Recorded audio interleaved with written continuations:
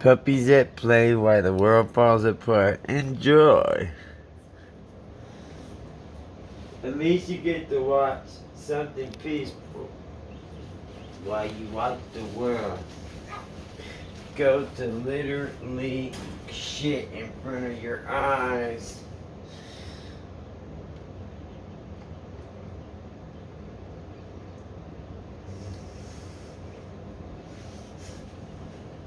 Puppies at play while everything else is falls apart.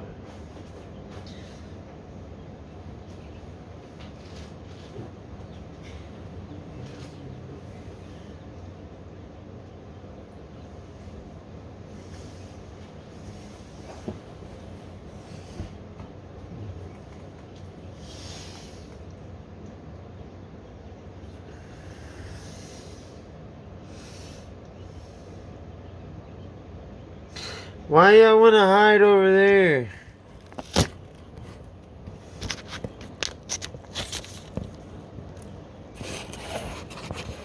See, I'm messing everything up by hiding.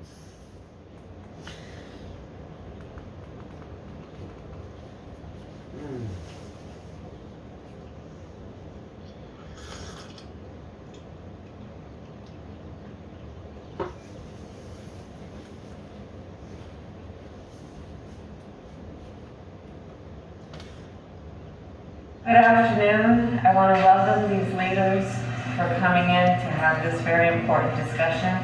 Oh no! About some of the most pressing issues Harris is of our president? time. I am Kamala Harris. My pronouns are she and her. I am a woman. What the I'm fuck? wearing a blue suit. Bitch, why you gotta say all that? No one gives a fuck what you got to say. Bitch, that's what you fucking wearing. This is the end. This is the end. This is the end of an adult conversation. This is the end of a strong American nation. This is the end.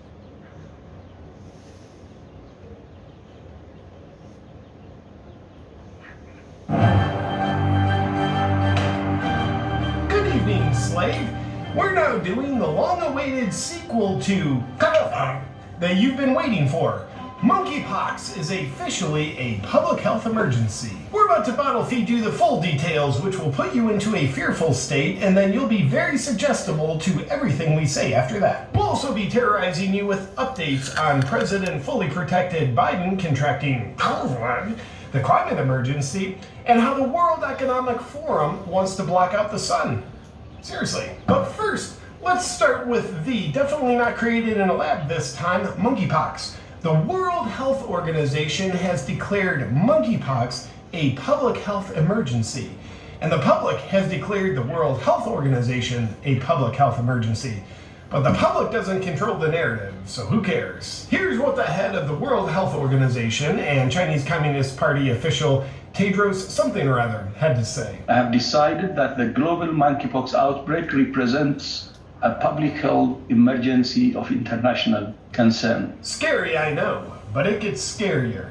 Now, who is being most affected by this hilarious sounding virus? Well, Dr. Peter McCullough, citing the New England Journal of Medicine, which does not sound very Gay credible to people! us, shares that those who are infected by the dreaded global monkeypox emergency are 98% are gay or bisexual, 41% have concurrent HIV, and 95% of cases have been transmitted via sexual activity. And that's resulted in a staggering 0 deaths.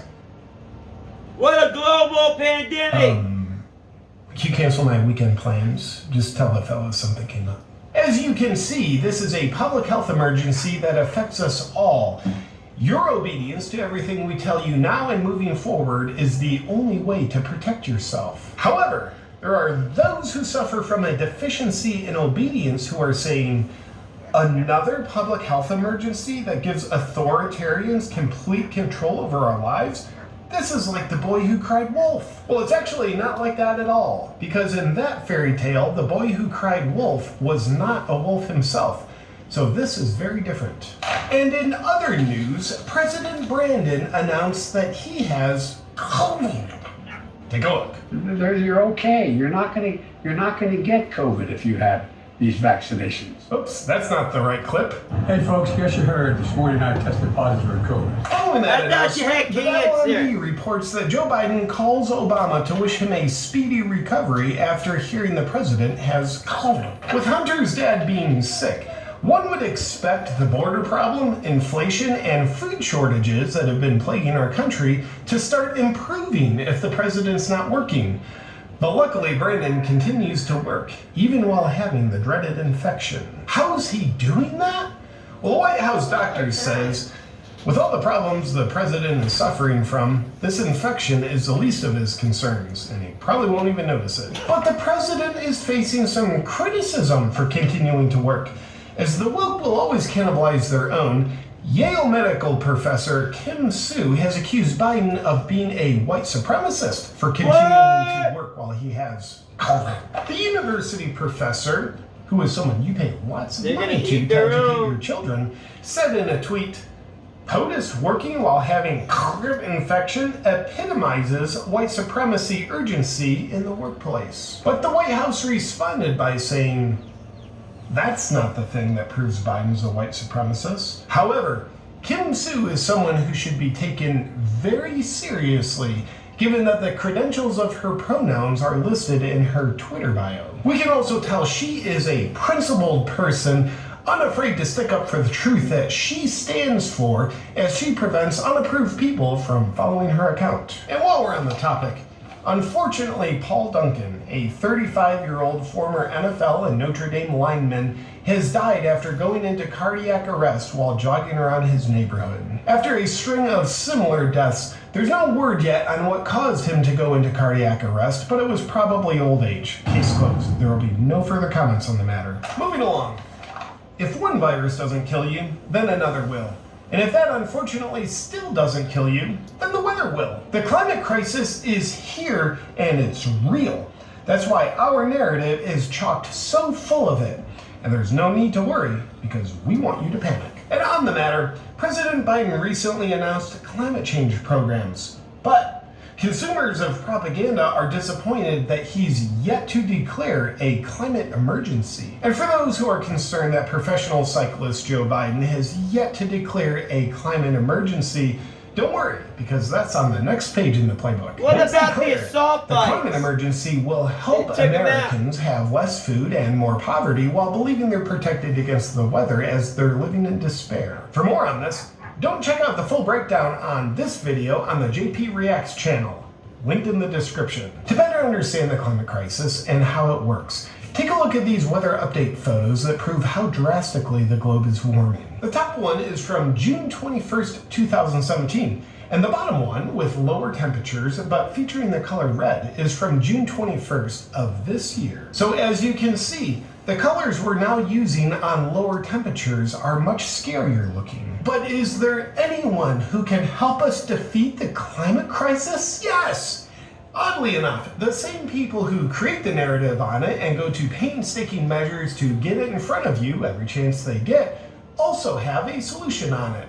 It's our good friends and trusted allies at the World Economic Forum. The unelected reptiles at the World Economic Forum are pushing to block out the sun in an effort to defeat humanity in the name of the climate emergency. They're advocating for the use of space bubbles to block out some of the sun's rays. What could go wrong giving Klaus Schwab control over your ability to receive the life-giving light from the sun?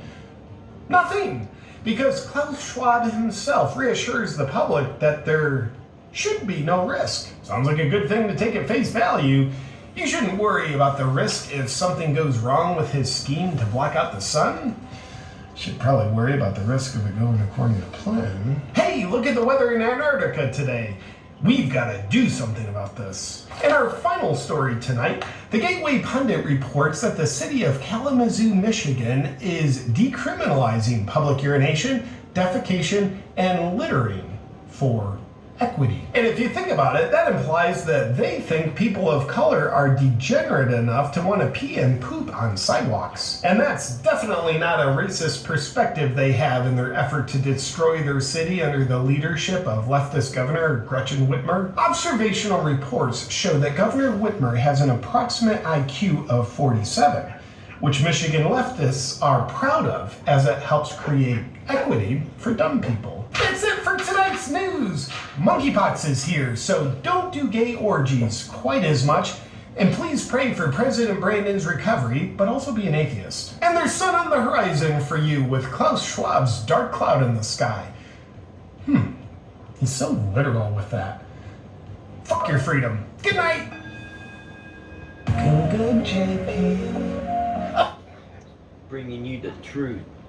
It's a pill that's shaped oddly with 1,000 points. It goes down hard. Enjoy. This is my favorite. My daughter identifies as a lizard, so I want a heat rock in the classroom. Nope. Oh, someone? Hello? Hi. Hi. So, my name's Alex Stein. I live at 69 Waverly. I'm sorry. What was your last name? Stein, S-T-E-I-N. Okay, thank you. And the reason why I'm calling in, I just saw another district now is providing litter boxes for a student that identifies as a cat. And my daughter, Lily, identifies as a lizard. And everybody's getting so mad because I want to put a terrarium in the classroom. They're looking at me like I'm crazy. I understand we're not going to put the temperature at 85 degrees like the other students would not like that. But a small accommodation like a terrarium for my daughter would be very simple, very simple thing to do. When you look at other districts that are, Joy, think about what we do for the special level. Excuse me, Mr. Stein. Excuse me. Yes? If you have an individual request for your child, that's something that you could call the school or the superintendent with. It's a district request because I shouldn't have to, the whole district should accommodate her because it's teachers, it's a lot of people won't even respect her, what she identifies as. That's the problem. It's a whole district issue. Do you see what I'm saying? It's not an individual thing, it's the whole issue with the district is that, yes, I understand, I don't like that my daughter identifies as a lizard. I try to tell her not to. It's the worst thing ever. Mr. Stein, well, I will have Dr. Villanueva will reach out to you. That's the problem though, when you guys don't support it, you won't put the terrarium in there, the more you kick back with a young girl like that, you know she's going to kick back even harder. And that's the problem. That's why the on the district. Listen, Okay. I get it. The teacher, we're not going to put the temperature at 85 degrees. Thank you. But just a simple glass box for her. Thank you, Mr. Stein. And Dr. Villanueva will reach out to you for that. Yeah, for Mr. that Stein, request. just for Thank student you. confidentiality, I'll reach out to you individually. Thank you very much. Is there anyone else from the virtual audience that would like to address the board this evening?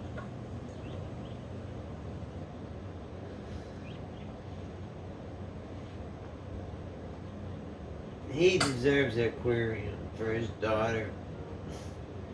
Equal rights, man. My goodness.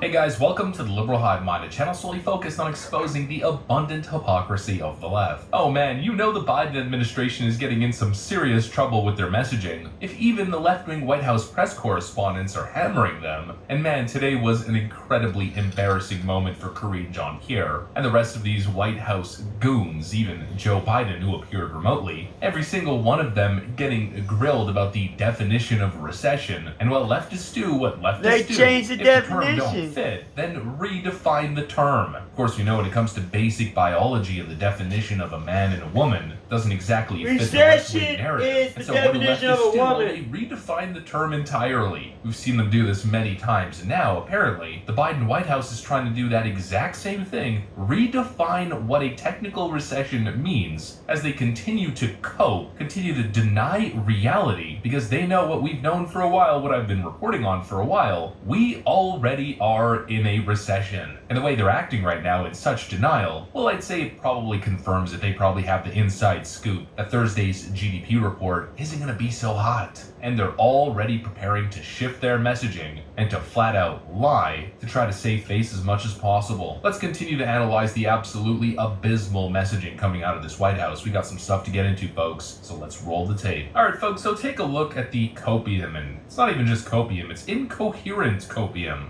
Next week's a very big week for the economy, so I read the CEA blog. Is the White House trying to change the common definition of a recession because next Thursday the GDP numbers coming out are going to show that we've been in a recession? So let me say this, the strength of our labor market along with the other economic factors is what we generally see in a recession, or even what is not what we generally see in a recession or even a pre-recession, because we're seeing the strength of the economy and the labor market. So that's really important to note there, because those are key elements as we talk about that, as folks keep asking us about that. So Americans across the country are back to work at a historic level. The summation of what she said is something akin to this. Have you ever had a dream that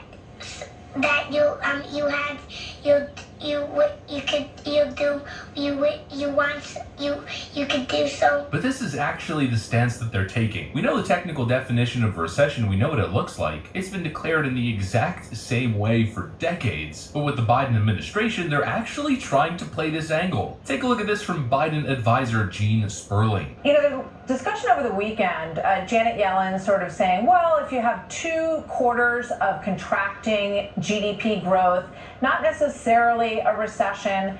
I covered the economy for many years. I was told by everybody I spoke to that 2 negative quarters, 2 contracting quarters, means that the economy is in a recession. Do you believe that? Is that what you ascribe to?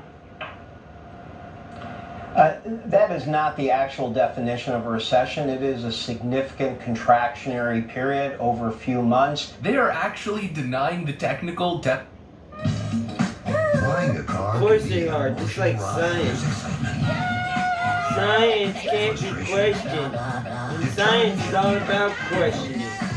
Stress and true love. Science don't work on percentages. Get peace of mind with our CarMax 30-day money-back guarantee, giving you time to make sure you've made the right choice. CarMax, car buying reimagined. See Minions: The Rise of Gru, only in theaters rated PG. It's more crucial than ever to keep an eye out for potential cyber risks. The CyberStrong platform provides the most automated way to manage cybersecurity risk while allowing you to meet continuous compliance, thanks to a holistic, intuitive solution that keeps everyone in the know.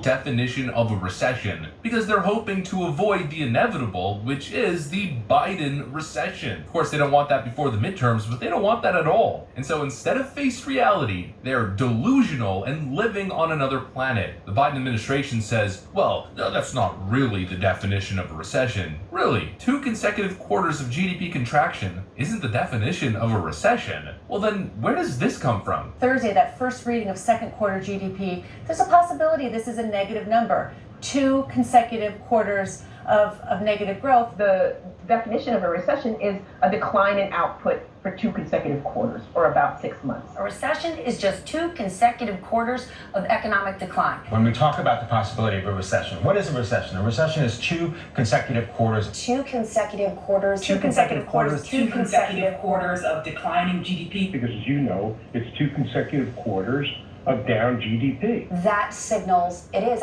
actually a definition of a recession. I mean, the most common definition of a recession, 2 consecutive quarters of negative growth. Even if we don't have 2 consecutive quarters of negative growth, we might have 1 quarter of growth so deep that it's classified as a recession. Denial, denial, denial, and of course it's all over the White House. Biden was questioned as well, and take a look what he said here. And Mr. President, we're getting GDP numbers on Thursday. How worried should Americans be that we could be in a recession? We're not going to be in a recession, in my view. The employment rate is still one of the lowest we've had in history. It's in the 3.6 area. We still find ourselves with people investing. My hope is we go from this rapid growth to steady growth, and we'll see some coming down. But I don't think we're going to, God willing, I don't think we're going to see a recession. recession. We're not going to be in a recession. They're saying this when most likely the data that they have access to behind the scenes is confirming a recession. Why else would they be trying to change the definition of a recession? It doesn't make any sense at all. Clearly, they're trying to get ahead of Thursday's report. And just take a look at how far they're going. This is an actual post from whitehouse.gov. What is a recession? While some maintain that 2 consecutive quarters of falling real GDP constitutes a recession, that is neither the official definition nor the way economists evaluate the state of the business cycle. Instead, both official determinations of recession and economists' assessment of economic activity are based on a holistic look at the data, including the labor market, consumer and business spending, industrial production, and incomes. Based on these data, it is unlikely that the decline in GDP in the first quarter of this year, even if followed by another GDP decline in the second quarter, indicates a recession. And now I'm going to put my money down that this statement right over here is going to age like old milk, especially because their defense isn't even really all that solid. They're claiming that the labor market, consumer markets, business spending, industrial production, and incomes are going to carry the economy through, but the labor market, from what we're seeing, is possibly taking a hit. The consumer is definitely not in good shape. Consumer confidence is at the lowest it's ever been, and we're possibly entering an earnings recession. We're going to have to see some of the financial statements that are released this week and just going forward, especially in the next quarter. Industrial production is down as well, and real incomes in relation to inflation are also down. The reality is, we're not going to see the true impacts of 2 quarters of negative GDP probably till the third quarter, or at least the winter, heading into 2023. Are we in a recession? Probably. Are they going to announce the recession right now? No, probably not. Probably in the winter. So I guess technically we're not in a real recession, but we pretty much are. These people are full of excuse my French, and everything they're claiming as indicating that the economy is incredibly strong is very, very misleading. In fact, everything about this administration is misleading. I want to say that Joe Biden's the one that's doing the misleading, but Joe Biden, of course, is just the puppet. I don't think any of this has anything to do with Biden. Not to give him an escape or an excuse or anything, but of course we know he's just an empty shell of his former self. The guy's not all there, and he's just a vessel for the real shadowy figures behind him actually running the show. And his Twitter feed is one of the biggest disasters ever. Take a look at some of these tweets. So out of touch it's not even funny. Gas prices have declined by an average of 60 cents per gallon over the past 38 days. 5 straight weeks of gas prices coming down. He then updates that, or rather his staffers update that. Make that 65 cents down over 40 days. Whoa, 65 cents from a high of $5 a gallon. The administration then releases this tweet, which is getting slammed on Twitter. For American families looking for a little bit more breathing room, get ready for this breathing room, folks. At current prices, the average driver will spend $35 less per month for one person. They couldn't even bother to spell check and write person. Or $70 less per month for a family with 2 cars than they would if gas prices stayed at their peak. I mean, is that some massive victory? Americans are still paying, based on economic data that we've covered, anywhere from $3,000 to $5,000 more a year, not only on gas prices, but on everything, while making less money. And Joe Biden is taking a victory lap because you're spending $35 less a month. Based on the previous peak, what he's essentially saying is, well, at least things aren't bad as they were when they were worst case scenario a month ago. Not to mention, he's taking a victory lap for what? A slowing down economy? I mean, pretending as if gas prices are going down because of his actions is a complete farce. What's really happening is demand destruction. What's really happening is the economy is slowing down. People are just unable to afford moving around. People are taking their... You're outgrowing your space, but your credit has you stuck in a tight spot. The tight spots never stopped you before. Like when you worked weekends valley parking limos to pay big city rent. But unlocking a better score? You need the right keys. With Credit Karma, you can check your credit scores for free and get personalized advice to help you raise it, giving you space to raise something more important. Get the money app where your hard work pays off and create your own karma. Credit Karma.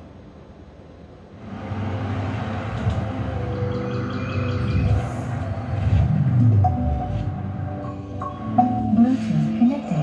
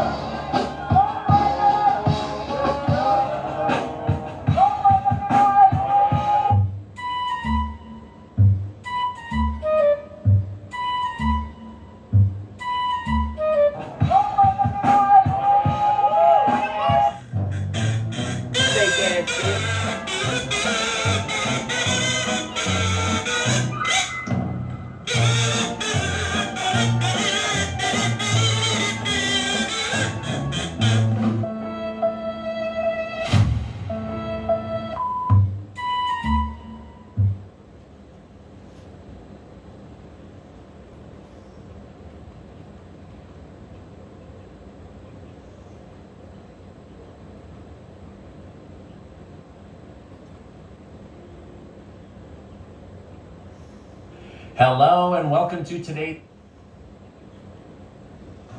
Head outside. With flip-flops, pajama pants, and no shirt, this veteran went to war to protect his wife who was hiding inside. Whoa, lads. Clean up on aisle this dude's front lawn because he just started blasting these Democrat voters who thought that they could just break into his house, steal his BMW, and everything would be fine. No, you ran into a mad lad. You ran into a vet. This dude, the fucking Afghanis couldn't kill this son of a bitch. You ain't stealing his BMW. He didn't go to Afghanistan, so Democrat shitholes could steal his BMW. No, he come out a-blazing with an AR-15. What you need an AR-15 for? Because of that.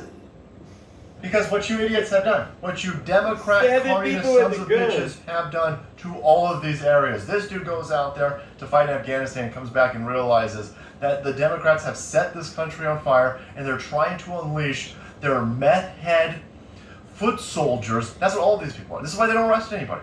They want criminals running free.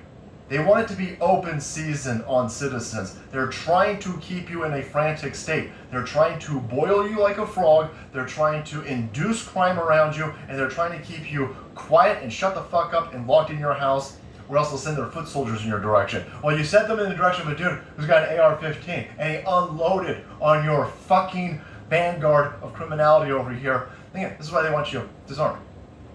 What do you need an AR-15 for? Because there's a lot of them. There's a lot of them. This is 3 people breaking into this dude's house over here, right? They're trying to steal his car, and they're armed. Oh my God, so nobody needs an AR-15, but that's a weapon of war? With a weapon of war? You've turned these neighborhoods into war zones. You did this, by the way. With your George Soros attorney generals, your George Soros district attorneys, your George Soros sheriffs, your George Soros, we ain't arresting anybody. You turned these neighborhoods into war zones by not arresting criminals. Go fuck yourself. What you need a gun for? Need lots of guns. Don't give up your guns. Do not give up. Do not siege your guns. This isn't Georgia, so this dude will be fine. If it was in California, they'd arrest him. All the people trying to break into his car, who were armed, by the way, shooting at the dude, all of those dudes would be not charged. He would be charged, even though he's black. See how that works.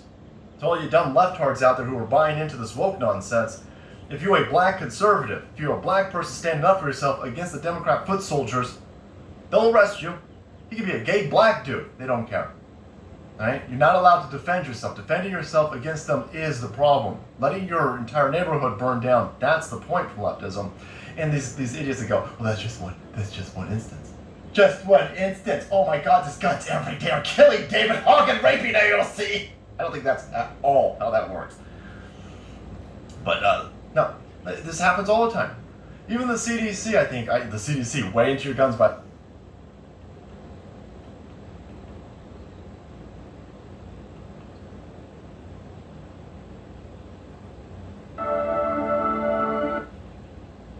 There's a different way to treat HIV. It's every other month Got injectable a bullet Cabenuva in the for adults face. who are undetectable. Super AIDS is seriously spreading now.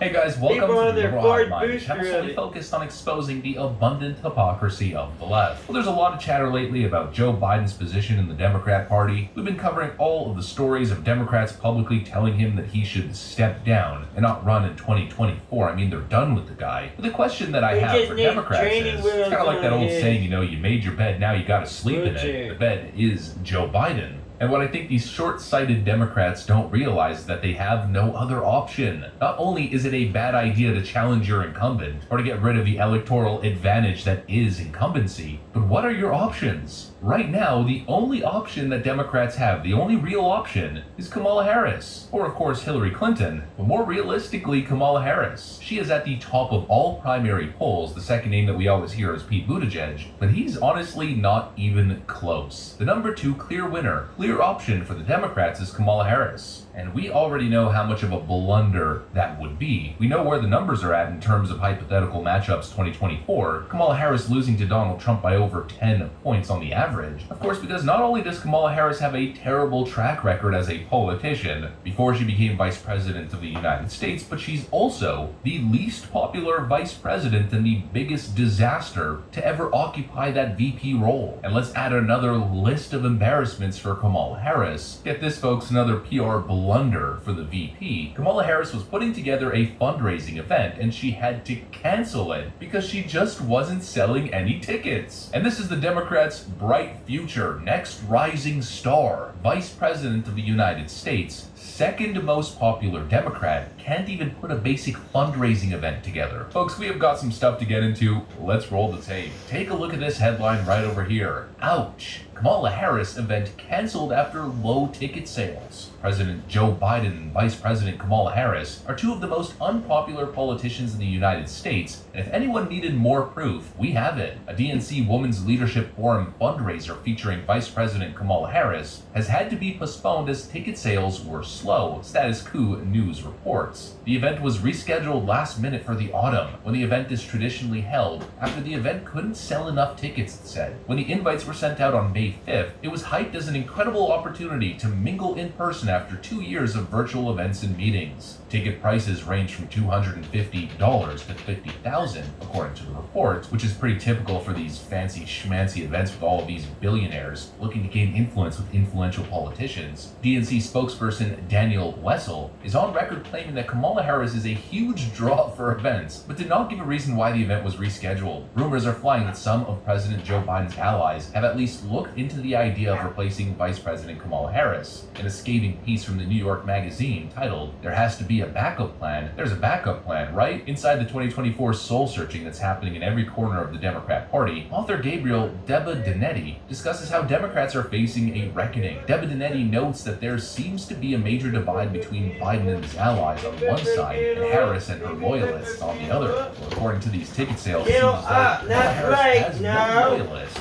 And even looking at her office, at her staff, the people that are closest to her, I mean, they have led like none other the mass exodus of Kamala Harris. The only original thing that remains is probably Kamala Harris's stapler. Everyone else from the original team has fled. With Trumpism reascended, ambivalence about Biden's age and political standing is fueling skepticism, just as the image of his understudy, Vice President Kamala Harris, dips even further than his. The most recent analysis from the Los Angeles Times has her net approval rating at negative. Perfect job, guys. Good kennel.